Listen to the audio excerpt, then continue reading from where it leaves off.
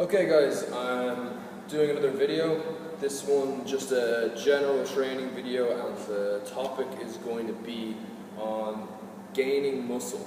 So probably one of the most popular training goals that people have in the gym.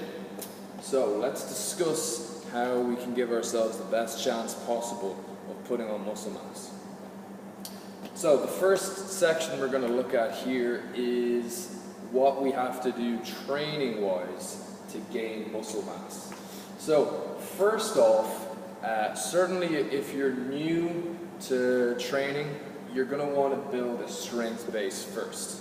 Okay, so really if you look at anybody, just about anybody who's got an appreciable amount of muscle mass, most of them are pretty strong as well. There are exceptions to that rule, obviously, but they're all moving pretty heavy weights for their sets of 10 to 15 or whatever. The biggest difference between you and a bodybuilder isn't just the size of their muscles, it's also how much weight they're moving on their working sets. Okay, so it's my philosophy that if you're going to build muscle, you have to build up a good base of strength first. How much is enough? That's really up for debate. But you know, generally for men, you want to be getting up close to a double bodyweight squat.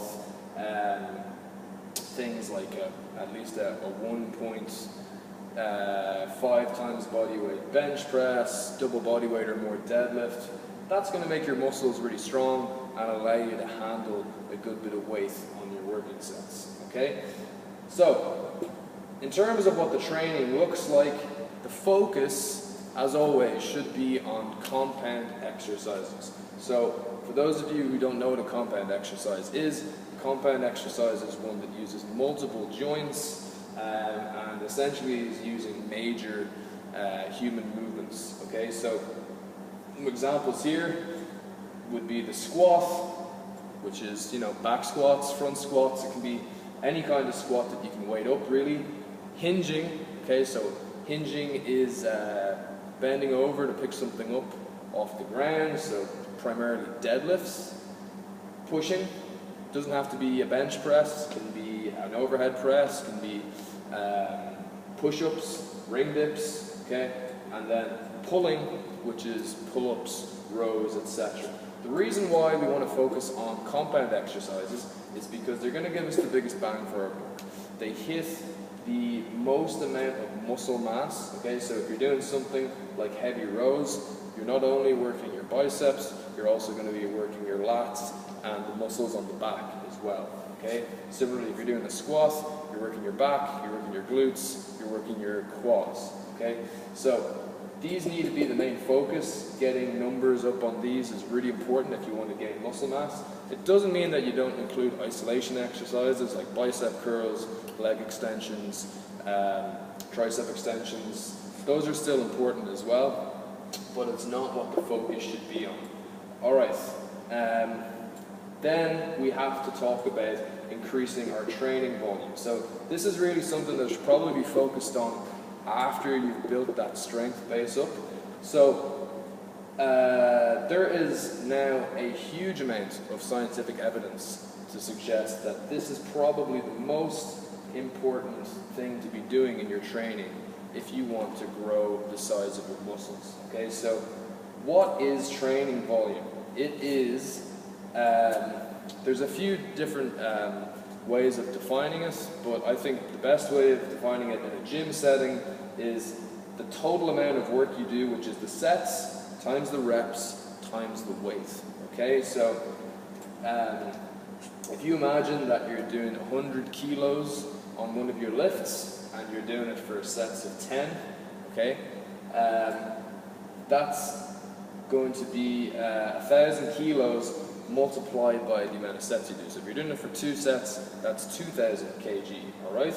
So increasing that total volume up to above 2,000 kg or whatever it is that you're doing is going to increase your muscle mass.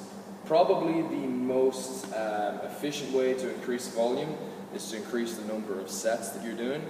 So if you start off doing a challenging exercise with challenging weight for 1 or 2 sets, and then over the course of many weeks begin to add sets, that's going to ramp up your training volume.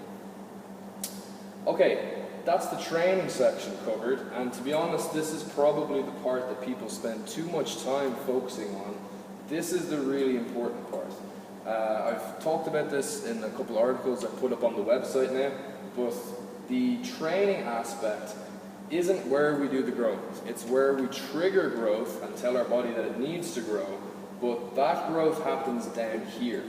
It comes from the nutrition that we give our body, so the fuel that we give it, and sleep, which is where the growth occurs. Alright, so in terms of nutrition, if we want our body to grow, we have to be in what's called a caloric surplus. So that means that we are eating more calories than we burn off in a day.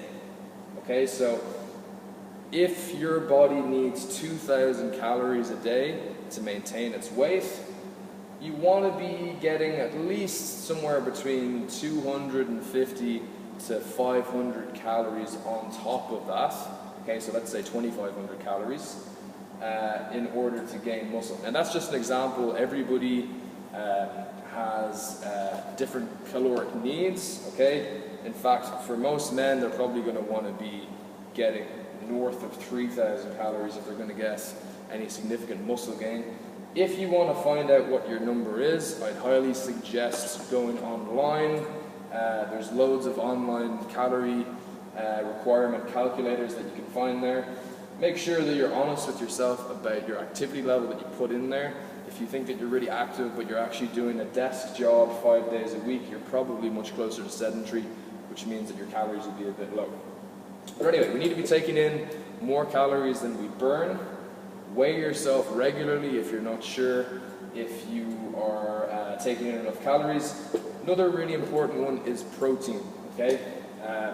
Might seem a bit obvious, but most people actually do not take in enough of this.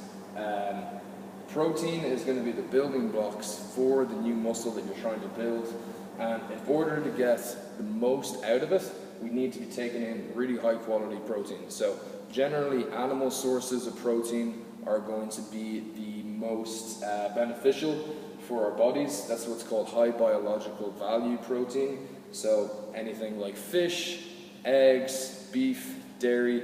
Obviously, if you're a vegetarian, that's not going to be quite as easy for you to get. You're going to have to look into things like potentially supplementation with things like whey protein and things like that. But by and large, for people who aren't vegetarians and just eating a regular diet, you should be trying to pack loads of foods high in protein into each meal, okay?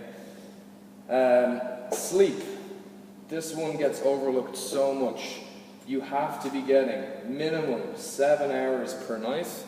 Really, it would be best if you're getting 9 hours. Now, everybody's schedule is different, so it's not always going to be something that can feasibly be done, but the more that you put into these two sections here, the more increase you'll see in this training section, okay?